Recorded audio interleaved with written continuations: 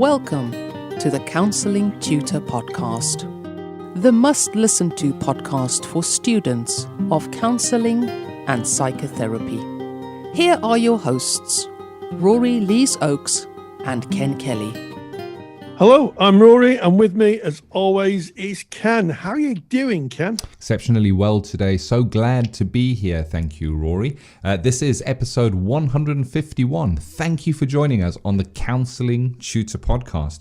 Our usual format is we have 3 topics that we will be discussing within our podcast, and today is, of course, no exception. We're starting off with topic number 1, where we'll be looking at how one would work with conflicting ethical frameworks. I think an interesting topic. If you're a student, you'd need to write about this in your assignments, but if you're out and practicing as a practitioner, there are times you may come into contact with those conflicting frameworks, so we'll be looking a little deeper into that. And then, Rory, our check-in with CPCAB this week, you spoke with Heather Price about why a student might graduate a level 4 course, be, I guess, in practice, and then want to top up, the reasons why one would maybe top up from a level 4 to a level 5. Yes, we caught up with the fab Heather Price, and she outlined the benefits of doing a level 5 course to prepare you for private practice, and what you need to understand and get a kind of sense of, and maybe things you learn that you don't learn in your level 4 course. Like it. Looking forward to that one.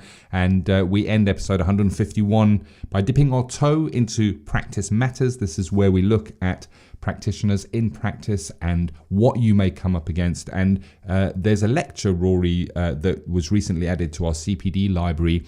And you did an interview with the lecturer, and that is Lisa Cromar. And of course, the topic is counselling autistic clients.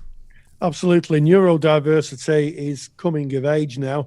It's now well recognised that not everybody sees the world in the same way we do. That's something, of course, that people who study counselling realise.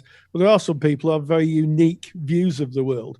And as a consequence, we have to understand how to work with them. So Lisa outlined how to work with autistic people, which is the correct term of addressing someone who's on the autistic spectrum, and also very creative ways of working with neurodiversity.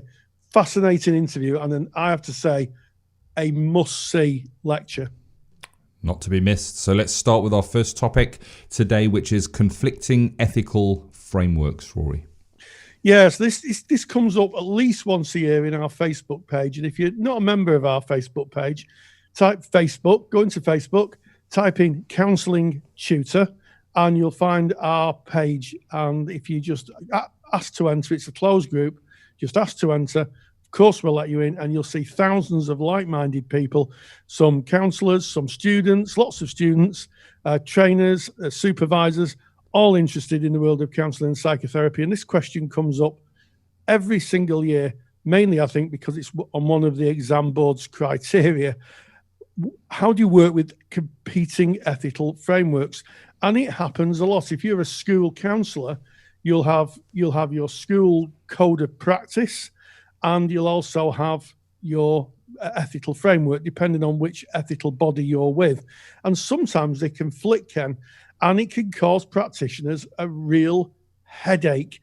Well, which framework do I abide by? Do I abide by, shall we say, the school's code of practice and safeguarding, or do I abide by my ethical framework?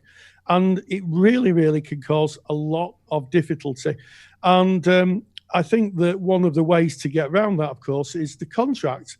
You can blend 2 frameworks together as long as the information, the limits of confidentiality are in the contract, and the client understands the limits of confidentiality, then all is good. And the reason I suspect it's put in as a assignment question is because it comes up time and time again. And I know that you were a school counsellor for a time, Ken, and you must have come across this yourself. Indeed, Rory. And I remember kind of starting that contracting, or that kind of examining how we might work with that with the actual staff at the college that I was working at, speaking about it, laying before them. They weren't counsellors, although they kind of oversaw that there was provision for counsellor. And I needed to sit down and really explain to them that there were two different, as you say, kind of frameworks that we would be working to and blending together, and we needed to negotiate how that would be done. And then that was, of course, taken into the contract that was presented to the clients as they arrived, so that they fully understood how the working was done. And I guess looking at it, there are some non-negotiables. So if you look to legislation, the legislation will definitely be written into an ethical body's ethical framework. So reasons to break confidentiality. So here in the UK, that would be money laundering, drugs trafficking. So that there are a number of reasons why we have to break confidentiality, and that's mandated. We don't get a choice in that. It's a must do. But there are also parts of an ethical framework, and I'm just using the BACP here as an example, where there are many parts where we will strive to. So it's not mandated. It's kind of there's a looseness around that. So I guess it's about taking the two ethical frameworks and finding the non-negotiables in both. And you spoke about working maybe with children, or maybe working substance misuse, where you will have very good reasons for having additional reasons that you would need to break confidentiality over and above legislation for the well-being of the client, I guess, and the safety of the group they may be in if they're in a group setting in rehabilitation. But to make it easy, Rory, you've made a handout easier. You've made a handout on this as well. So I just want to outline that at the beginning. Rory's made one of his super duper handouts on conflicting ethical frameworks. Wow, the tongue got tied up in that. Conflicting ethical frameworks. And to get that, just go to counsellingtutor.com. That's our website. Find the podcasts tab. Click on episode 151. You'll find this episode. You'll find all of the show notes, we call them, of what we've spoken about today, with any kind of links to additional information. But from that very page, you can download Rory's super duper handout on conflicting ethical frameworks. You yourself, Rory, have worked with conflicting ethical frameworks. I have, and one of the things in the handout is I will cite some examples of where you may have to adapt your way of working to the agency you work with. And you're absolutely right, Ken, there are non-negotiables, and the non-negotiables are the law. Everybody has to obey the law. But one I came across many years ago was I had a student who had a placement in a drugs rehabilitation unit for people who are with substance misuse. And part of the contract they had with the clients was if the client declared they'd use any street or illicit drugs, they had to break confidentiality. And I know the students in question was kind of pulling themselves apart and saying, well, I'm not sure about this, Rory. And I said, well, find out why that is in the contract. That will give you some understanding of why they feel it's so important. And the reason was that if someone is using heroin, which is a drug that reduces your heartbeat and heart rate, and if they're using heroin and they're on a prescription, if they're coming off heroin, they may be on methadone or some other form of drugs that helps take the cravings away, and they use street drugs as well, what can happen is that people can die. It's as simple as that. They can have a heart attack. Heroin is an analgesic, and as such, it lowers heart rate, and sometimes it stops people's hearts, And that was the reason for the addition to confidentiality that could be broken. And I think that it's usually, in my experience, when frameworks conflict, it's about the levels of confidentiality. And that is always addressed in the contract. As long as it's in the contract and the client knows, then the client can take an informed choice whether they want to break confidentiality. It's the same for people in prisons. Things like contraband or illegal activities may very well have a contract which says if you disclose this, I have to break confidentiality. So that is the way you work with conflicting ethical frameworks. And you're absolutely right, Ken. Some are must do's. There's no negotiating about that. You ethically have to do things, and some are, it would be nice if, and those are the areas where there's a little bit more wiggle room. And the other area, which is quite an interesting one, and I'm thinking of the National Counselling Society, which says that you must take notes. In some women's refuges, I know a few therapists who don't take notes because they cannot be subpoenaed. So it becomes quite an interesting position ethically, and sometimes you have to stand behind your views, and you have to stand behind your client in terms of what's best for them.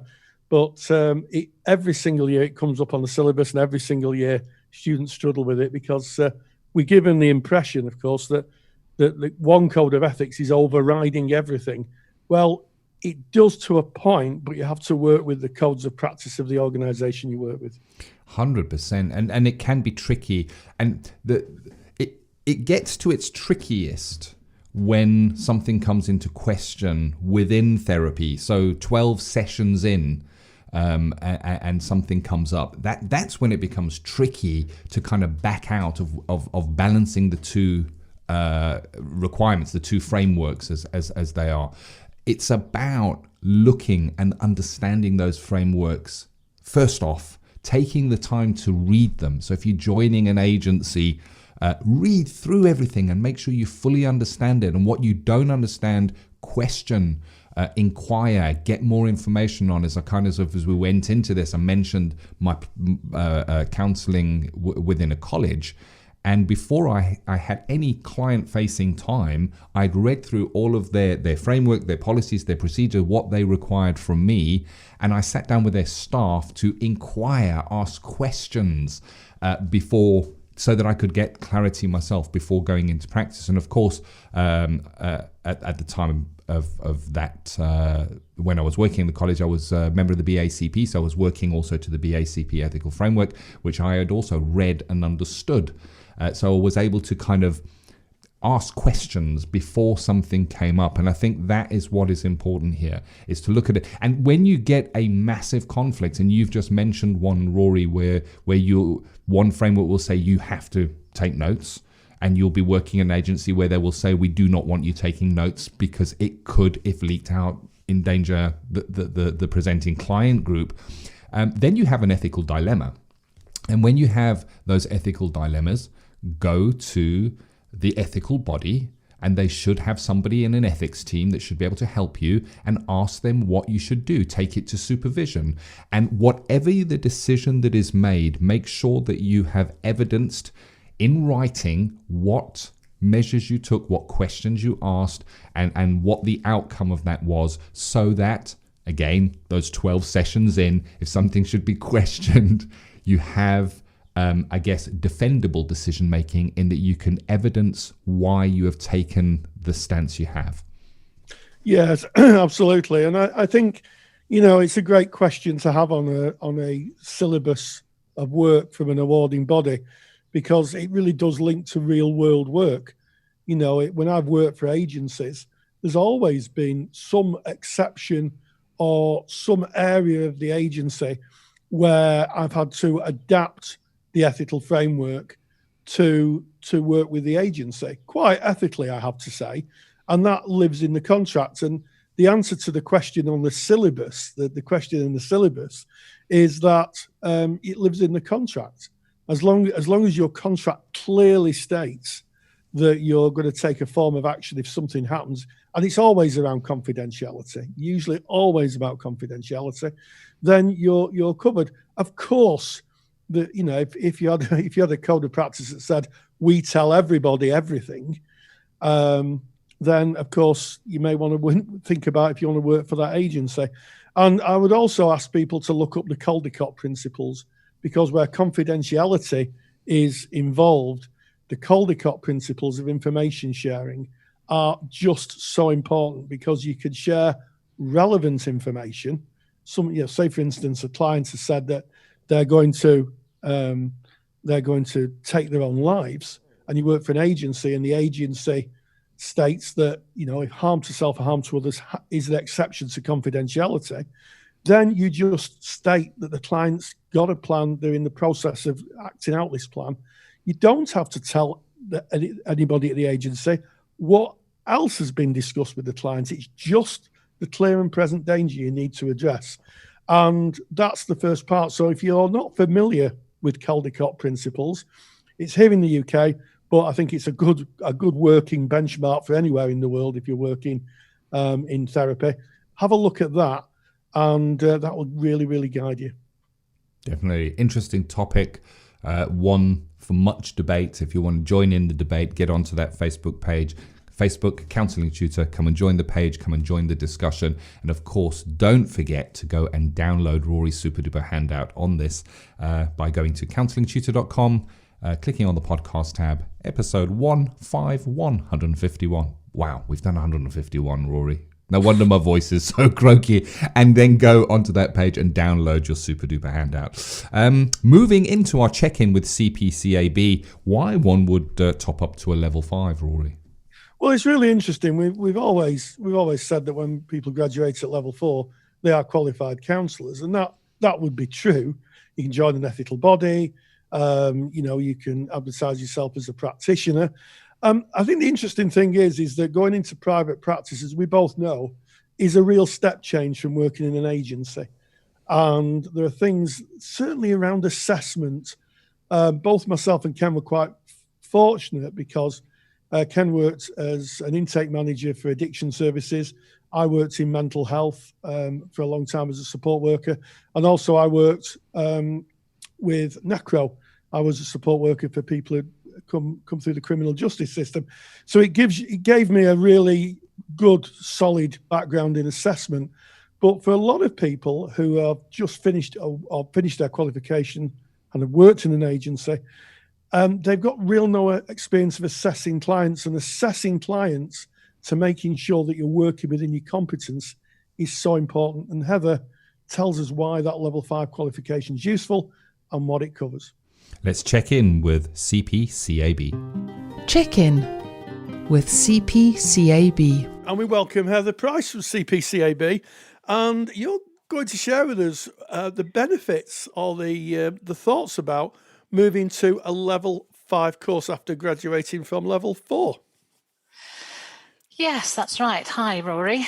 I think it's tempting to think as a student that once you've got your level 4, then that's it. You're qualified, end of training, you needn't do any more.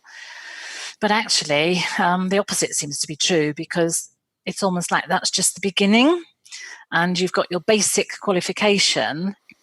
And having worked for a while with clients, you probably begin to realise you want something else now, a little bit different.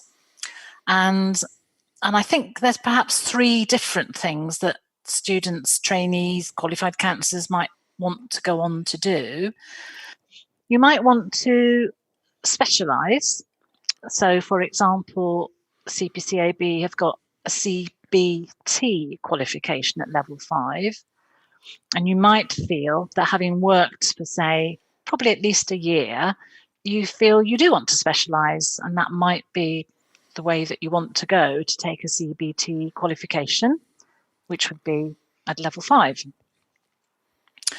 You may feel that you're ready now to go into independent practice or private practice. And although there are no legalities stopping you just doing that, CPCAB's PCL5 is very much geared towards setting up your own private practice, what you need to do, the boundaries around that, help and support that you can get, and managing a practice. Yes, and I think there's a lot of considerations when one's setting up in private practice, and a part of that is, of course, things like assessing clients. How to do referrals, how to do core assessments and use core assessments. Yeah. And also the practical things like paying your taxes, registering with the ICO. There's all that kind of thing. So what would be covered in a level 5 course that maybe not covered in a level 4 one? I guess not quite so much on the business side, although that would be touched on, but more about the things that we've just both mentioned there, the boundaries of working in independent practice, and definitely how do you assess clients? Because if you're in an agency, there will be somebody else who assesses their suitability for counselling, whereas clearly in independent practice, you could get anybody with any issue straight off the street, as it were. So you do need to know how to assess people for their suitability for counselling, and also do a risk assessment so that you're going to be safe with that person. So that's really important. And also to know where to refer them if actually they're not going to be suitable for your practice for whatever reason. It's useful to have contacts that you can refer people on to. So on the level 5, on the PCL5, students would learn how to do all of those things, how to keep their own records, how to maybe do reports for example, some people work for employee assistance schemes, so they might want reports from the work that you've done with a client. So there would be some work around that on the PCL5, how to set up, how to advertise, how to keep yourself safe, all those things really. Yes, I mean, there's a lot to be taken into consideration, and I know from my own experience when I moved from working in an agency and then went into private practice, I was an experienced therapist. I was a lecturer for about 8 or 9 years at that point. I'd had a business background, but there were certain things that really surprised me. I remember, for example, having to go to the therapy room and do an assessment on whether it would be the room I rent, whether it would be suitable for clients. Did it have wheelchair access? Did it have a fire escape? Asking the questions about, do you have public liability insurance?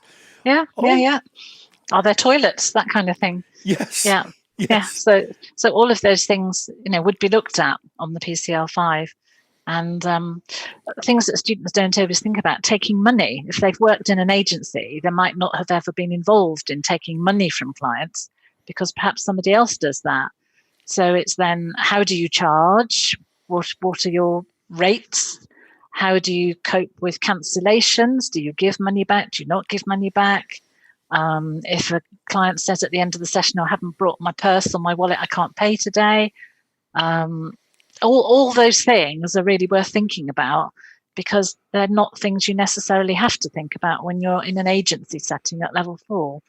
Yes, and I absolutely agree with you. And of course, for people in private practice, it is how they make their living. It's their bread and butter, as we say here in the north of England. And as such, you have to be very realistic. If you are in private practice and you're making your living from it, you charge clients, and that links into things like your contract, your cancellation policies, all that type of thing. Would that kind of thing be covered on a level 5 course? Yes, it would. Yeah. I mean, different tutors and different centres can run the PCL5 in their own particular way, although they will have had approval from us. And some centres choose to ask the students to set up like a mock independent practice. So they get all those procedures in place and their policies in place, and their advertising and so on, and actually give it a name, just as if they were starting their own real practice, so that they can go through a lot of these issues before they're actually starting an independent practice. It sounds like a really good idea because, I was very fortunate when I started up. I'd had a lot of external influences that gave me quite a good grounding and allowed me to set up in private practice. But one of the things that I had to think long and hard about was ethical referrals. You need that in place. You need your little referral book in place before you see clients, really. You can't say, I'll come back to you in a week. No, absolutely. You need to know where to go and where to advise them to go, or maybe have a written list. That might be quite acceptable. Yeah. So all those things would be covered, yeah. Yeah, and also I think, you made a point earlier about assessment. That's a real skill in itself. I worked in mental health. I worked in the criminal justice system. I've been around the block a few times, and I've done modules on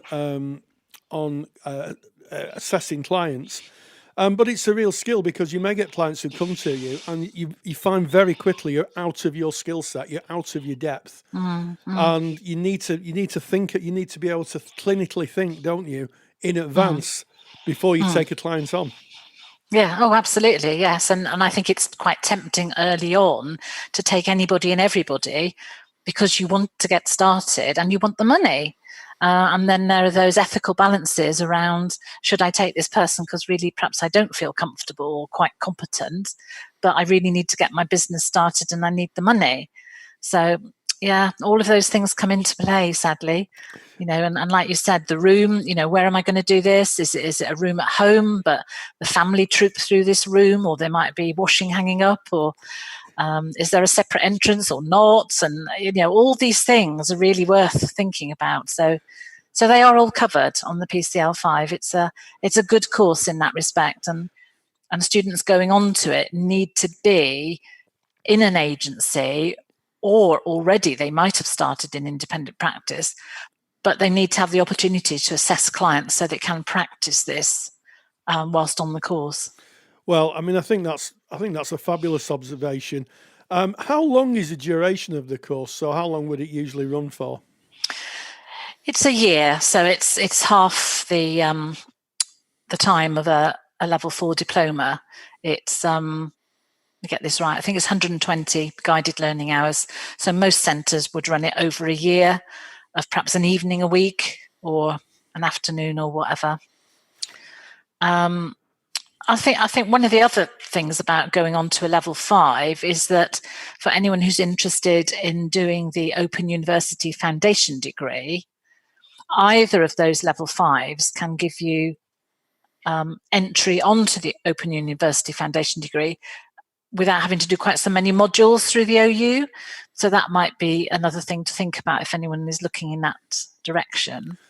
And of course, other level 5s, like we've got a number of centres who run what we call tailor-made courses. And quite often a lot of those are at level 5. And they tend to be specialisms like working with children, sex addiction, just different specialisms like that people might find they want to go into when they've been working for a while. Well, I think that's been a real useful observation. And I also think that it just gives the idea that our practices grow and we learn, and it's non-stop. We just don't stop when we get that diploma through our letterbox on a sunny August afternoon, or whenever the post person comes. That's just the beginning, and specialism is the field that people would go into to be able to develop their practices, and with that gain extra qualifications. So Heather, thank you so much for joining us. Check-in with CPCAB is proudly sponsored by CPCAB, the only awarding body run by counsellors for counsellors. To learn more about CPCAB qualifications and to get more detailed information on today's podcast topic, visit cpcab.co.uk. Well, it's always a pleasure to hear her talk, and she speaks so succinctly about the things that you don't learn on your level 4 course. That's the basis of it. The whole thing is what you don't cover on the level 4 course, and it's about starting in private practice. So if you're thinking of going into private practice and you're a bit unsure, maybe a level 5 course is for you. Yeah, thank you very much. And moving on to our final topic for episode 151. This is our section called Practice Matters. And today we're going to be looking at counselling autistic clients. You hooked up with one of our lecturers from our CPD library, Lisa Cromar, to discuss this very important topic. It's a very important topic because more and more people now are being seen as neurodiverse. And by neurodiverse, I mean that we see the world in a different way. You've noticed I use the term "we" because I'm neurodiverse. I have dyslexia, so I see things in a different way. I've always seen things in a different way to other people, and I think it's really important that when we work with clients, we understand that diversity. Some clients may have low attention, other clients may need different forms of materials to work with, may have struggle communicating in what we would consider, and I'm inverting my commas here as I say the word normal. Lisa tells us about the techniques that you can use when you're working with autistic people. And an interesting podcast, but a fascinating lecture. I look forward to listening to it right now. Let's get straight into Practice Matters. Practice Matters.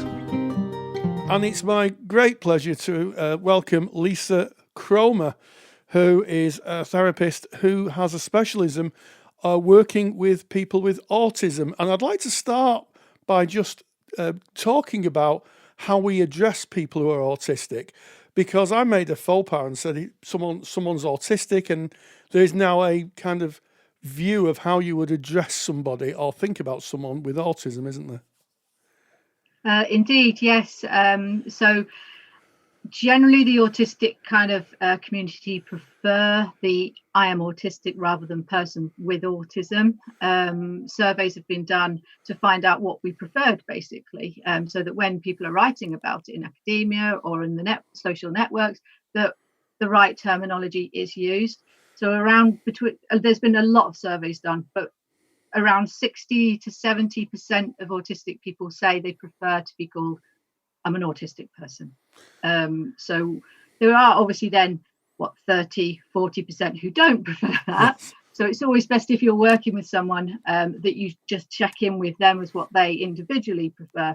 But if you're doing any kind of academic writing, the preference is to say autistic person. Well, I mean, I think that's very, very useful to understand how we address people, because I guess that is not only a way of being respectful, but also I think that's about professional competence, understanding how to work with people from a community, a different community. So what are the challenges that an autistic client may have in terms of coming to therapy? Well, the challenges can kind of start even before they get there. So the fact that picking up a telephone and making a phone call can be quite stressful for an autistic person. Talking on the phone, a lot of us find really difficult. So as a therapist, it's always good to at least offer to do it via email or text. So that's kind of before you even meet them, there's that to consider. But actually in the therapy room, there can be quite big distractions in a therapy room. The classic is the ticking clock. So wherever I work with other people and other counsellors or services that provide counselling, my advice to them is always get in those counselling rooms and make sure there's no ticking clocks in there. We are affected by sensory overload. So we see brighter, we hear louder, noises have more of an effect on our entire body. So the counselling room, that's what we're going to notice. We're going to notice if it's a bit cluttered, if there's any kind of funny noises, like if there's a computer whirring. And if we've got those kind of noises happening, it's going to be difficult for us to concentrate on actual counselling. So the environment is really important to think about. Actually talking can be difficult too. A lot of us might be perfectly verbal when we're relaxed. I'm quite verbal when I'm relaxed and can come across quite articulately. If I'm highly anxious, I become completely non-verbal, which probably is quite hard to believe when I'm in my articulate stage. So don't think that you've got a client that's coming in here into your room and can talk really well, that they're always going to be that way. So it's always good to just have that in mind and to just back off a bit if they seem to have lost their words. Maybe give them a bit of space so that they can kind of calm down a bit, or have sensory toys they can play with just to calm that anxiety down. If they have significant issues with verbalization, then creative tools where you might provide lists of feeling words. I have some buttons that have got feeling words on them. If when I start working with them, that seems to be that it's going to be an issue, that they are going to struggle to find words, then we might use buttons instead.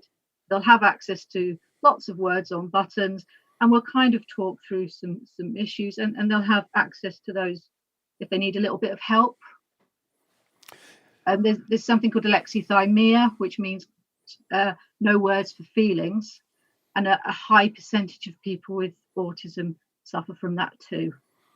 So you might know you felt something, actually knowing what the word is to describe that can be almost impossible, whereas those words being there can help you just find it.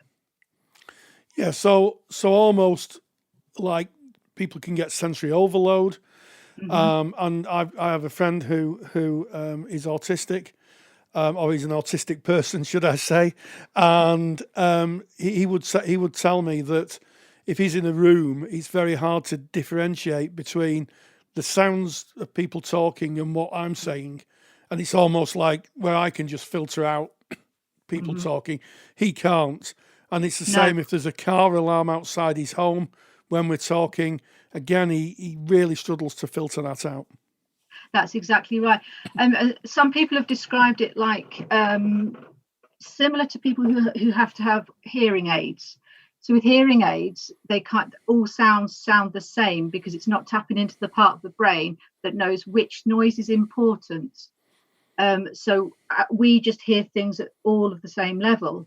So yes, I get that. If I'm in a room, say I'm in a crowded room, a crowded hall or something, there's lots of people there, and I'm in a small group within that room, the conversations that are on the other table are just as loud as the conversation I'm trying to have with the person right in front of me, or a cafe.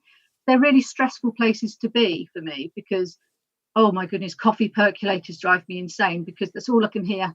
I can't, and it's like the person that's in front of me has gone completely mute. It's really hard. So yeah, in the counselling room, absolute silence is golden. Yes, and remove anything that may be visually distracting as well. Yeah, absolutely. Yeah, well, I think those are really useful observations. Now, obviously, in the time we're at, there's a lot of people doing online counselling, telephone counselling, text counselling, and you said that it may not suit an autistic person to work on the phone specifically. Yes. So would video be better, like we're using now? We're using Zoom to record this. Yeah, video would be better, or maybe a combination of video and text. The way Zoom you can have comments running as well.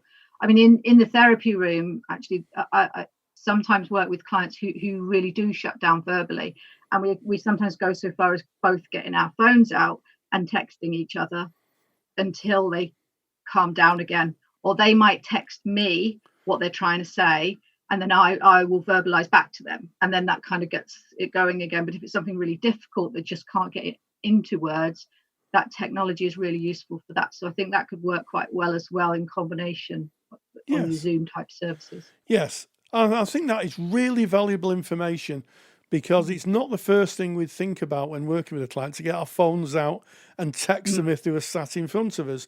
But it goes to show how we need to, and I say we because I've heard you say we in terms of being an autistic person, non-neurotypical people like myself need to be thoughtful that we may have to be very creative in the therapy room. Absolutely. Yeah, I do a lot of creative work in the therapy room, and that stuff's laid out the whole time. So there'll always be a pen and paper there. At the bare minimum, there'll be pen and paper next to the person. So either I can go to visual or they can go to visual. Sometimes it's just easier when we're talking about something. I'll just start drawing. I'll just start writing, because it goes in a lot better with some autistic people, and I can include myself in that as well. Yeah, I mean, I think this is just so helpful, because it does mean that we have to adapt our therapeutic approach. And I say we, therapists may be listening to this, have to adapt their therapeutic approach. And already you've given us two really concrete examples. One by texting, the other by having at the minimum paper and a pen. I mean, the things like creative materials like clay is useful, and paints and that type of thing. Yeah, absolutely. It's not something I've used myself yet. I've been to plenty of creative counselling sessions and meetings, especially the Creative Counsellors Club do lots of stuff like that I go along to learn different things like clay therapy, and sort of feeling cards. You can get cards that have got different feelings on them as well. But yeah, it's so individual. So if I had a client that came in and particularly enjoyed something, say they particularly enjoyed clay work, then absolutely I would suggest getting something like that. And if I thought it was going to help, I have a Jenga set that's got lots of prompts on it. So in the early stages, if they are struggling to build a relationship with me, because of not really feeling like they can talk easily, they're feeling anxious, that can just lighten the mood a little bit, and it helps us get to know each other a bit. But those prompts often lead to something else. A self-actualization kicks in, even if the prompt had nothing to do with what they end up talking about, which is just like therapy, isn't it? You start talking about one thing, and the thing that needs to come to the front comes to the front. So one of my prompts is, who would you not like to be stuck in a lift with? I mean, you wouldn't think that was particularly on the surface very therapeutic, but it is. Then it's getting them thinking about somebody that's on their mind. But as I say, even that one can go in a completely different direction. Thinking, how did we get from there to there? But the stuff that needs to come out will come out if they're relaxed enough and they're able to verbalize. And the best chance they've got of being able to verbalize is by having those sorts of tools in place and by being relaxed and not having the pressure of verbalization. That's the worst thing. So I guess the lesson I'm going to take away from this is that being creative, being thoughtful, really seeing someone else's frame of reference, literally walking in someone else's shoes, is just really important. But I guess you have to know what shoes you're walking in. And you've done an incredible lecture for us, for Counsellor CPD, on working with autistic people.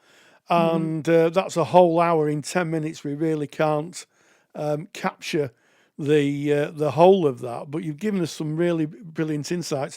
If you had one observation to leave people with when working with autistic people, what would it be? One observation? Yeah, or one tip, maybe. Relationship. Do whatever it takes to build that relationship. And all the things I've spoken about today are about building a relationship. Get the trust, and it's going to possibly take longer than you're used to. I think that is a beautiful way of finishing this. We're so grateful for your time. I've seen the lecture. It's absolutely fabulous. So, Lisa Cromar, thank you very much. Thank you, Rory. Thank you so much, Lisa. Thank you, Rory. It's important information. It needs to be heard. This is a topic very dear to myself. I've mentioned this on our podcast before. I am an autistic person, and I only found out that I am autistic in my 50s. I lived my whole life having struggles that I didn't fully understand. And now I fully understand them. And neurodiversity, I think, is of age at this time, Rory. It is being encouraged that we come out and celebrate our neurodiversity. Because back in my day, when I was at school, I was labeled as lazy, fidgety, no concentration, not trying hard enough, and it wasn't recognized. It wasn't the right time, the right age. What a great time we live in, where we can celebrate our neurodiversity. And for myself, Rory, with me being an autistic man, if there was a big red button that I could push and make it disappear, I would not push it, because I am thankful for my autism, and that it kind of serves me in so many ways. And yeah, sure, there are some challenges, but the world is becoming a lot more understanding of what those challenges are. And I guess in doing CPD, watching lectures like Lisa's lecture, we kind of become more informed. I absolutely can, and it comes down to diversity. It's that one word, diversity, that not everybody sees the world the same. And people need help. And if you can understand how to help people and how best to support someone who doesn't see the world in the same frame of reference as you do, I think that's a great thing. But what a interesting mix of topics today in the podcast. We started off by talking about conflicting ethical frameworks, that gnarly topic of how to work within 2 codes of practice. We spoke with Heather Price about topping up to a level 5 course. And then, of course, we finished with counselling autistic clients with Lisa Cromar, a very eclectic mix. And as always, stay grounded, stay safe, and hey, look after each other. And before we check out on this episode 151, don't forget, if you would like to watch Lisa's lecture, you can catch that in our CPD library, and all the information of how to join that are coming up right now. If you're a qualified counsellor or psychotherapist, then why not check out the Counsellor CPD library? Stay current with your CPD requirements with over 150 hours of academically rigorous, on-demand lectures you can stream to your device. Joining Counselor CPD will expand your skill set to create a more specialised, highly rewarding practice. For more information on the Counselor CPD library, visit counsellingtutor.com.